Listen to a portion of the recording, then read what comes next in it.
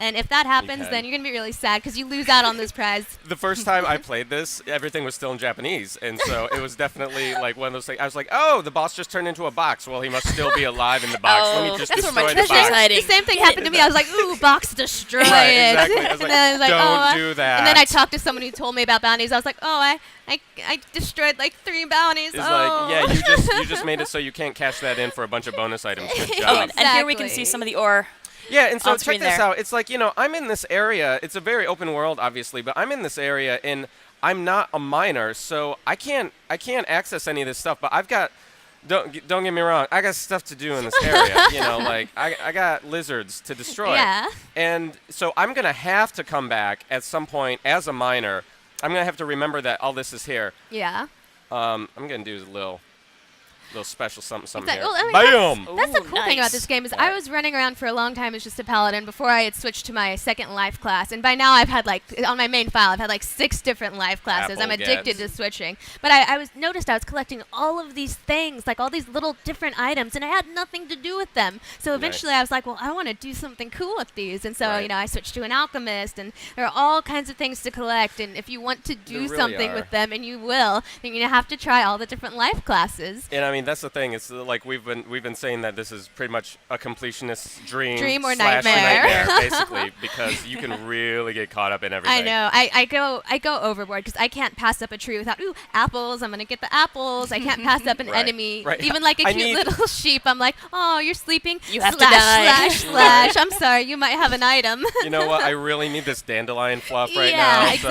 So I don't have I enough gotta get dandelion that. fluff. Yeah. I'm gonna grab this. That's good. I mean, cute monster, but not cute enough to save him. Not cute enough to pass up the dash. So check this out. So now I ran around and got some stuff, and so I'm coming back to my life master here. Oh, I love this. And this is game. Vulcan. And so I'm gonna craft some stuff as a blacksmith. That's so cool. So all the crafting classes have sort of a little mini game involved with the crafting. And it can actually affect the quality of what you it totally create. does. Exactly. Yeah. Like if you mess up, like the first time I wasn't expecting there to be sort of a mini game involved. So when I was making my first, alchemy project, I was just sitting there like, do. Oh wait, okay, You got. Wait, I Switch have to to the actually different do segments, this. Yeah. Jump around, and if you do better, you could get double items, you could get better quality items. Yep. So you really want to learn your craft. It's not just you're not just saying you're a blacksmith. You really have to learn the craft. Or you could create the world's saddest, wonkiest sword. Exactly. Your mom will love it. Give it to her. There you go. All right. So Let's I see made how you myself- did. I made Bronze myself a sword sword. complete. Sweet. And this is a sword that you can now Good fight with. quality. Yes. Nice Good job. All right, we'll do another one here. Now you And can this is make- just, I mean, is it stupid to say like this is just so much fun? Like I love the crafting stuff. It It's really is I think it's cool. a and great it's fun. part It just of the makes game. you feel like you're really doing it. It's you know, an it's awesome like change-up. it's like fishing. Like when I Yeah. switched to the angler class, I was like, oh, I want to get. I switched because this cat asked me for some fish. I was like, I can't say no to a You- cat. you don't just turn the can't cat say no to down, the yeah. kitties. They're so cute. And so I learned to be an angler, and then you have to have the little game where you have to press A at the right moment when the fish bites, and then you have to reel it in, but you have to make sure the tension doesn't get too tight, and you have to don't do it too fast, don't do it too Right. slow, and it's an art, It to all really of these is. crafts. It's a really craft. fun. And this is the thing, you see, like I've got a bunch of plains iron here, and so I'm turning those into iron ingots, which then I'll be able to use for either swords or armor. But Oh, I'm gonna you have got an to extra, craft dude. those as well. And that sort of pushes did you I get to. bonus? Yeah, you Yeah, got sweet. an extra one. Yay. Oh, and see, I completed one of my quests there, Iron Basics. Nice. So and because exactly. there's just tons of these. All the different life classes Yeah. have their own complete set of quests on top of the main story quest. Yeah, and so if you switch to all the different classes, you're going to have so many different quests that you can go and try and do. and it lets you level up the whole time while you're doing this. Exactly. Like, You're leveling up, and like here, you're a blacksmith, so you're like, oh, I want to, make this weapon because it's one of my quests. Oh, I'm going to need this item, which means I'm going to have to go over here and get this from this enemy. Oh, which Right. means I'm going to need this skill to go and defeat that enemy. Right. Like, it's Yep. really layered and complex. Everything is world. really, it's so it's connected.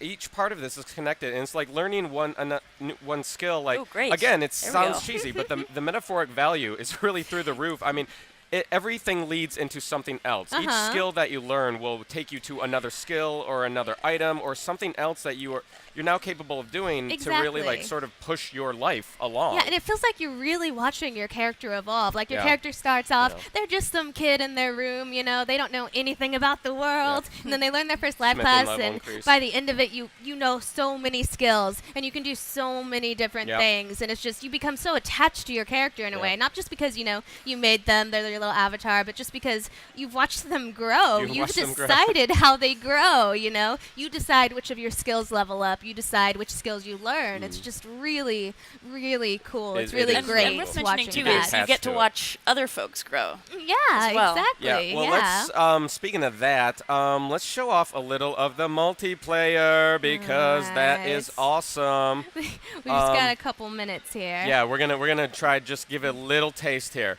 Yeah. So I'm gonna jump into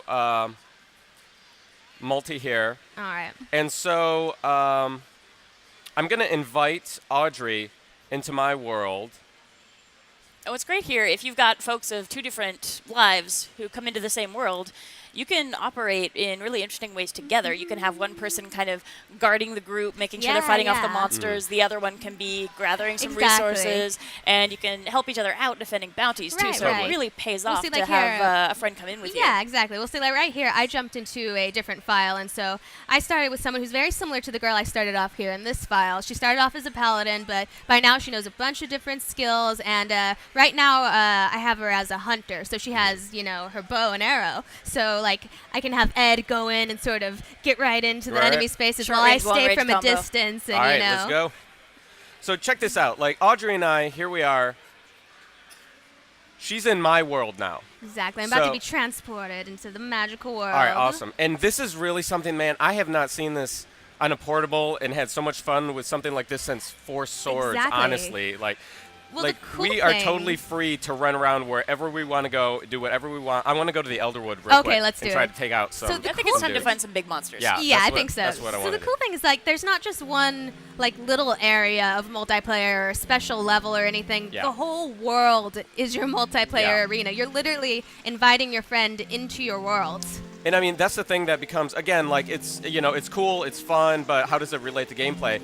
As you start progressing through this game, you start encountering massive beasts that you are gonna want a team. You are gonna want a squad with you to be able to take down some of these guys. Well, I know I personally made the mistake of disturbing the Nap Dragon on my first day because somebody warned me. Somebody was like, "Don't mess with the Nap Dragon," which means, of course, that was the first thing I had to go to. It's like, "Oh, where's the Nap Dragon?" Sorry, this way. And I should have known when I hit him, and it did 0 damage. And then just You 1 might be a second little later, over your head 1 there. second later, that life was over.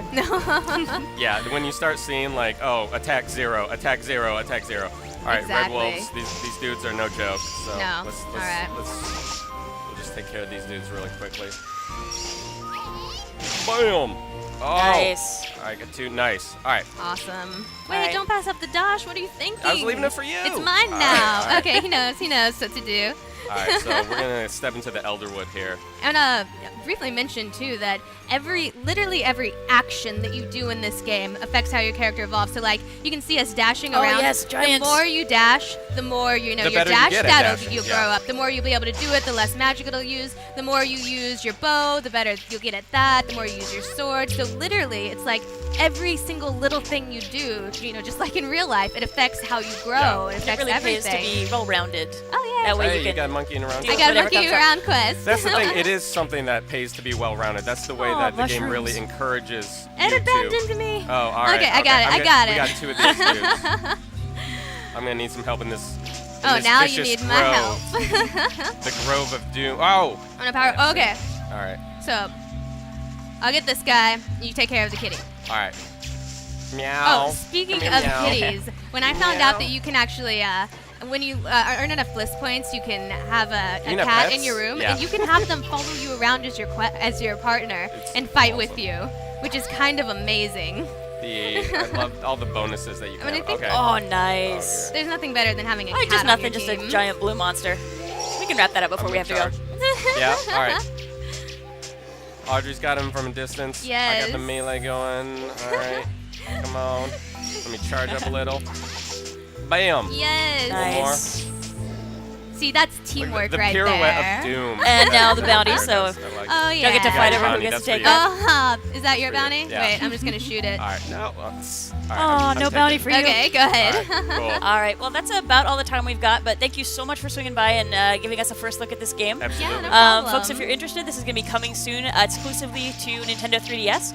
Please stay with us. Next up, we've got some great indie devs coming up on the stage, and we're starting off with the folks who've been working on Guacamelee's new game, so please stay tuned. Bye. See ya. I love your lives. They're so great.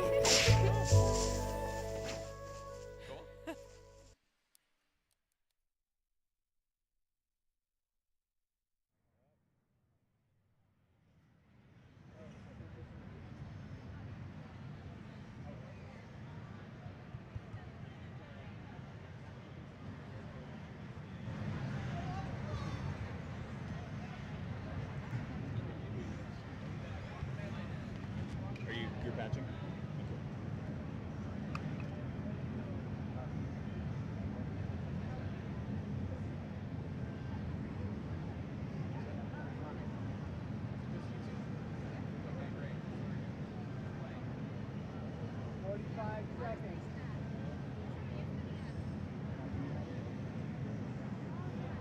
Got your back here.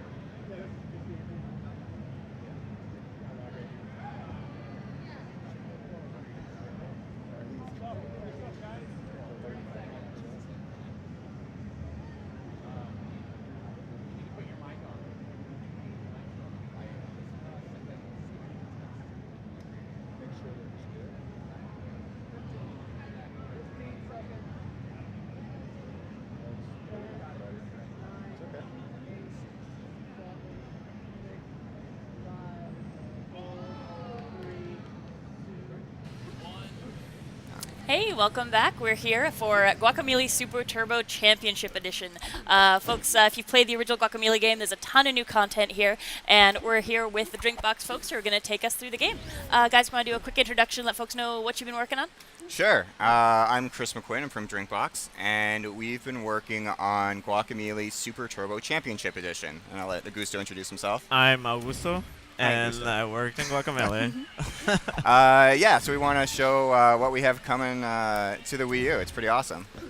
So I'm going to be Tostada. Yeah, and I'll be playing as Juan.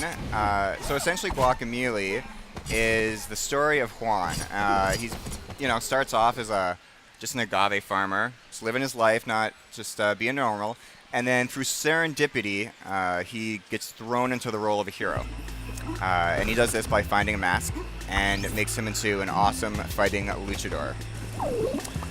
The game itself is a Metroidvania-style brawler. So you can see here, me and Augusto are just destroying some of the undead army. So the nemesis in Guacamelee his name's Carlos Calaca, and he's trying to bring the world, he's raising an army of the dead, and he's trying to bring them into the world of the living to basically cause mayhem and take over, what all good villains do. So this is one of the new areas in this edition, in the Super Turbo Championship Edition, and it's based on an area in Mexico called Xochimilco, which has these beautiful canals with all these flowers and stuff. So we're inspired by that for one of the new areas. Oh, sorry. You want to get a costume? Yeah, I Let's want to get a costume for us here. You were. Oh yeah, some of the new costumes are fantastic. So I'm going to unlock a new costume. Wait, you want Tostada? Let's see. Yeah. There you go. It should be unlocked for you. I want this one. You want that one? Yeah. Why you should just take what I give you, Augusto. You know that? Oh, I didn't change it. Here, hold on.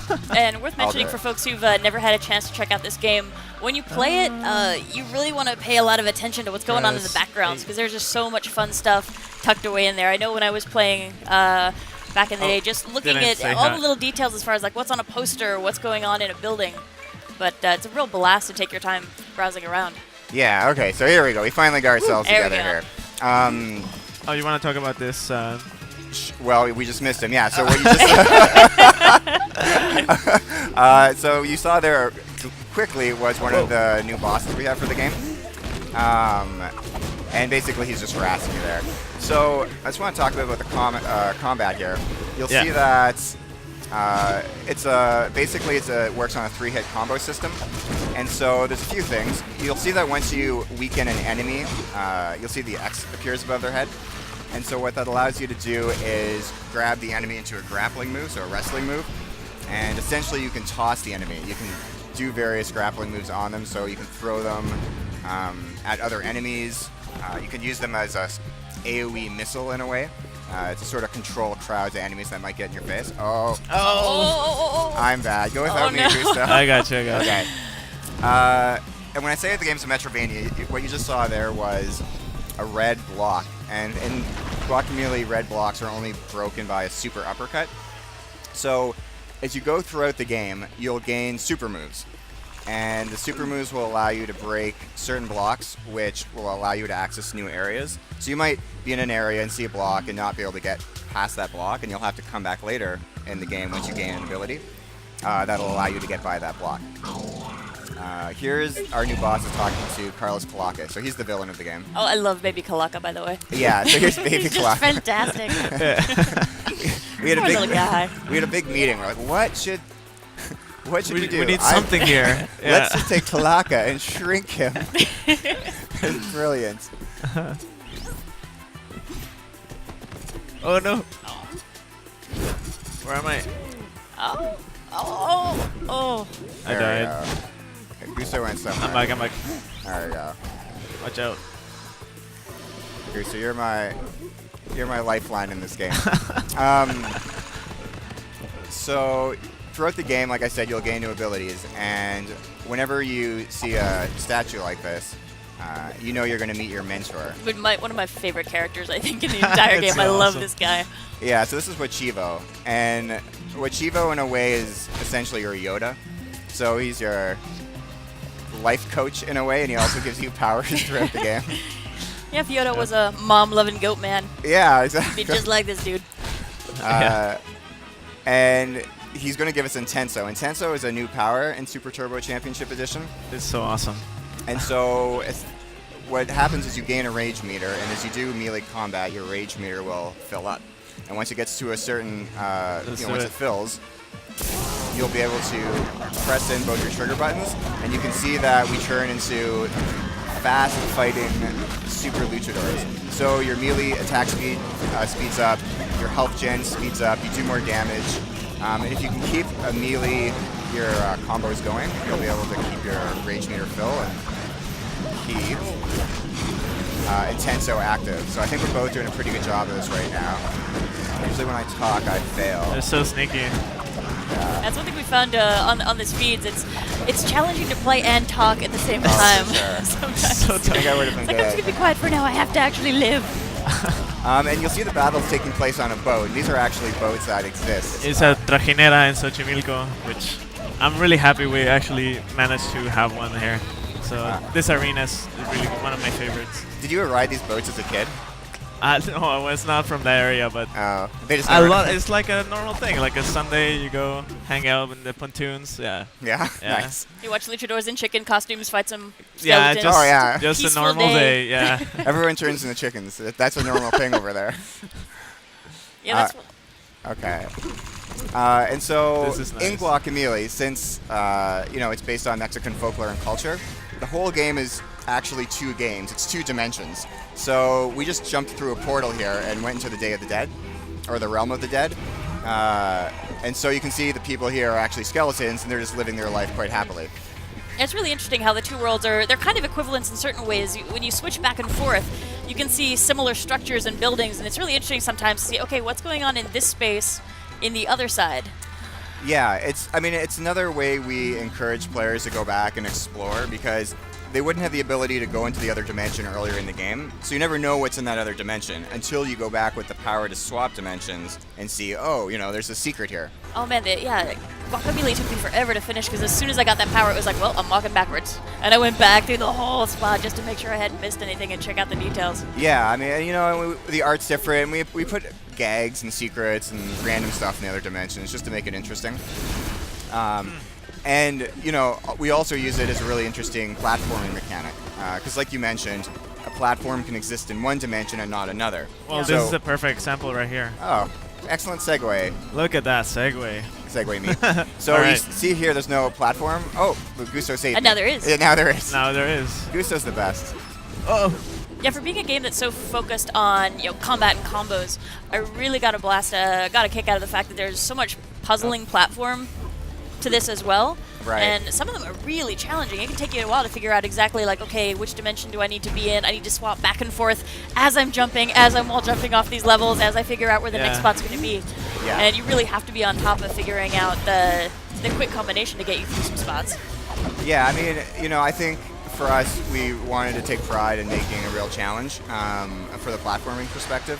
And for people who really want a challenge in platforming, we have optional platforming sections, which are pretty insane. Yeah. So If you for really the- want bragging rights, like I finished those. Oh, for Exactly. sure. I got those It's- done too. It's funny, yeah. When we meet people, it's often the first thing they'll tell us is if they did that section or not. They're like, yeah, Yeah. it's definitely bragging rights. Yeah, they're like, I hate you guys, it's so tough, but I loved it. Yeah. I hate Well, it's the- good to have that sense of accomplishment. It's like, it's not going to come easy. You got to work for this. Exactly. Yeah, we don't want to make things too easy. I'm gonna leave a Gusto behind here.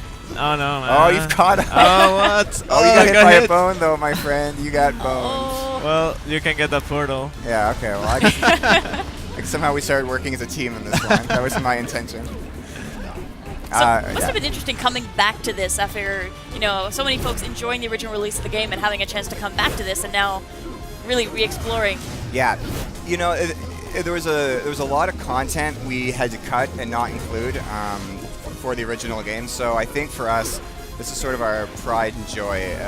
It's everything we wanted in the original game and just It's like couldn't do. Guacamelee director's cut. Yeah, it's true, and we're really happy with how it turned out, and we're honestly excited for Nintendo players to have a chance to get their hands on it, because it just plays so well on this too, and it looks great on the gamepad. I have to admit. Oh yeah, it's beautiful. Sometimes I just watch. I can just play. I'll just play the game watching the gamepad instead of the TV. Yeah. Just like somebody else wants to use the TV for something else, you're like, you know what? It's okay. Oh man, that happens Gonna all the keep time on at my rolling. house too. Yeah, we have a lot of friendly fights / discussions over TV time. I think a lot of times. Friendly fights. Is that what I call them? We try to keep it civil. But Yeah, right. At a So- certain point, someone's got to win. So this is the final arena here, and this is a good demonstration of how Intenso can really help you out when you're in a jam. So if you get to a spot where I really love this guy. this guy's a bit of a joke. Yeah. Yeah, the game's pretty goofy, I will admit. Although the fighting and the platforming serious, Yeah, I think like Juan and Tostada are the only serious characters. Like he's so focused, but then the rest of the cast is just bonkers. There we go.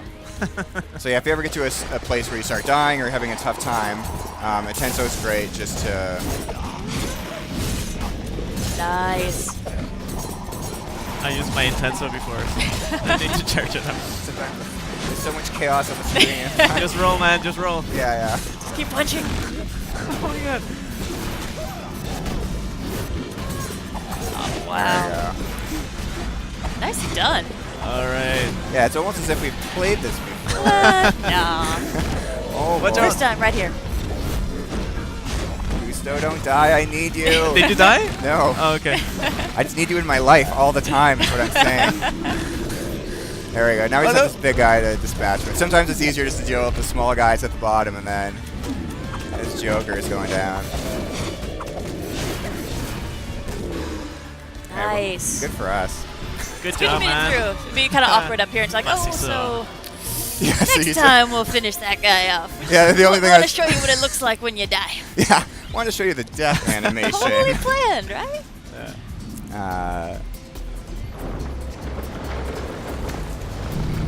And this is sort of our final little wah wah wah. Wow. What happens next? Yeah, so we actually flew through that pretty quick. Well, let's chat a bit more about some of the other stuff that's in here. Because Sure. on top of, we got new costumes, new moves, new bosses.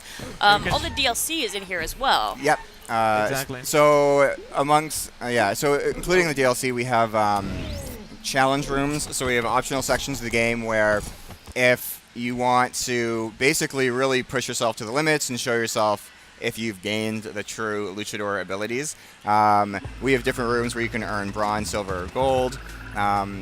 And so that helps you basically, and it's also a good place to help you tone your skills if you're having trouble in a different section of the actual game.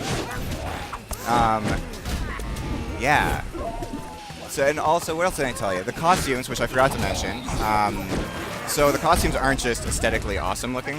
Yeah, they actually affect how you take damage and things. Checkpoints. For sure. So every costume will give you a buff and a debuff. So depending on your play style, for example, you might want a costume that gives you health regeneration, or you might want a costume that gives you infinite stamina, because every time you use a super move, it uses a stamina bar. And the counter side of that might be you take extra damage. So if you're really good at avoiding damage, you might say, okay, I'll take that costume and just be amazing. So I gotta ask, do you have a personal favorite, you guys, when you're playing? For platforming, the skeleton is great because the stamina doesn't go down, so you can do endless power moves. So you can always, you never get tired. Nice. But if you get hit, you don't get regenerated your health. So that's the Right. that's And on the your side? debuff, yeah. Which one you like? Yeah, Limerick is pretty good. Which one's here? Obviously my personal favorite's the chicken, but Because you get to be a chicken. I mean, that's Yeah. actually one of the things I loved when I first found out you could turn into a chicken. It's like, Yeah, I've so never great. had so much fun being a chicken. Spoiler. And fighting. No, people need to know. The A year people later. need to know how good it is to fight as a chicken. It It's is true. deeply You satisfying. will fight as a chicken. Awesome. Well, thank you so much, guys, for stopping by and giving us a look at this. pleasure. Folks, if you're interested, this is coming out, I think it's summer that this is going to be out, so it's super soon. It's So out folks are going to get very- a chance to get a hand on this. Very soon, yeah. I would say very early summer. Excellent. Early summer. There we go. All right, please stay with us. Up next, we've got folks coming by to talk about Sword and Soldiers 2. Definitely worth staying by. That's another one that's going to be coming to you exclusive from Nintendo, so I'll see you in a few seconds. Guys, thank you so much. Yeah, thank you.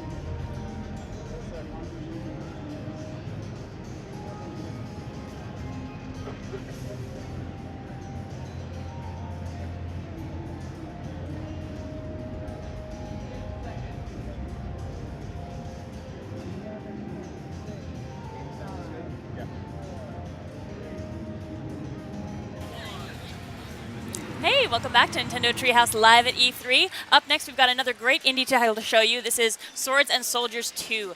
Ronimo couldn't be here to show off the game themselves because they're actually back home hard at work finishing the game. So they've asked that Tim here from our European office comes over to help out with showing off the game because he's been working with them closely, and we're really excited to take a look at this. This one is exclusive for Wii U and will be out, I think, fairly soon. And also, I've got Scott Cardenas here. He's going to be helping us out through the demo, and he's also from our U.S. office. So, guys, we'll take it away. All right. So we're looking at the sequel of Swords and Soldiers that was originally released on Wii in 2009. So that's 5 years ago, and it's been a long time coming. And Now it's time the to come fans back. have been waiting for this one. And as a fellow Dutchman and fan of series, I'm happy to show the game. And the developers are actually watching right now. So Hey, good guys. luck finishing the game, guys. All right, so we've got the campaign mode up here, the single player. There's going to be an overworld map that sort of, when the clouds dissipate as you progress, that will show paths and hidden features. And we'll just be showing in this demo 2 levels that to show the gameplay and some new features of the game. It's a sequel, so there will be some similarities, but there's going to be a lot of awesome new things to see. Yeah, and I think folks coming back from the original game will be really happy to see the Vikings are back because they're such a blast.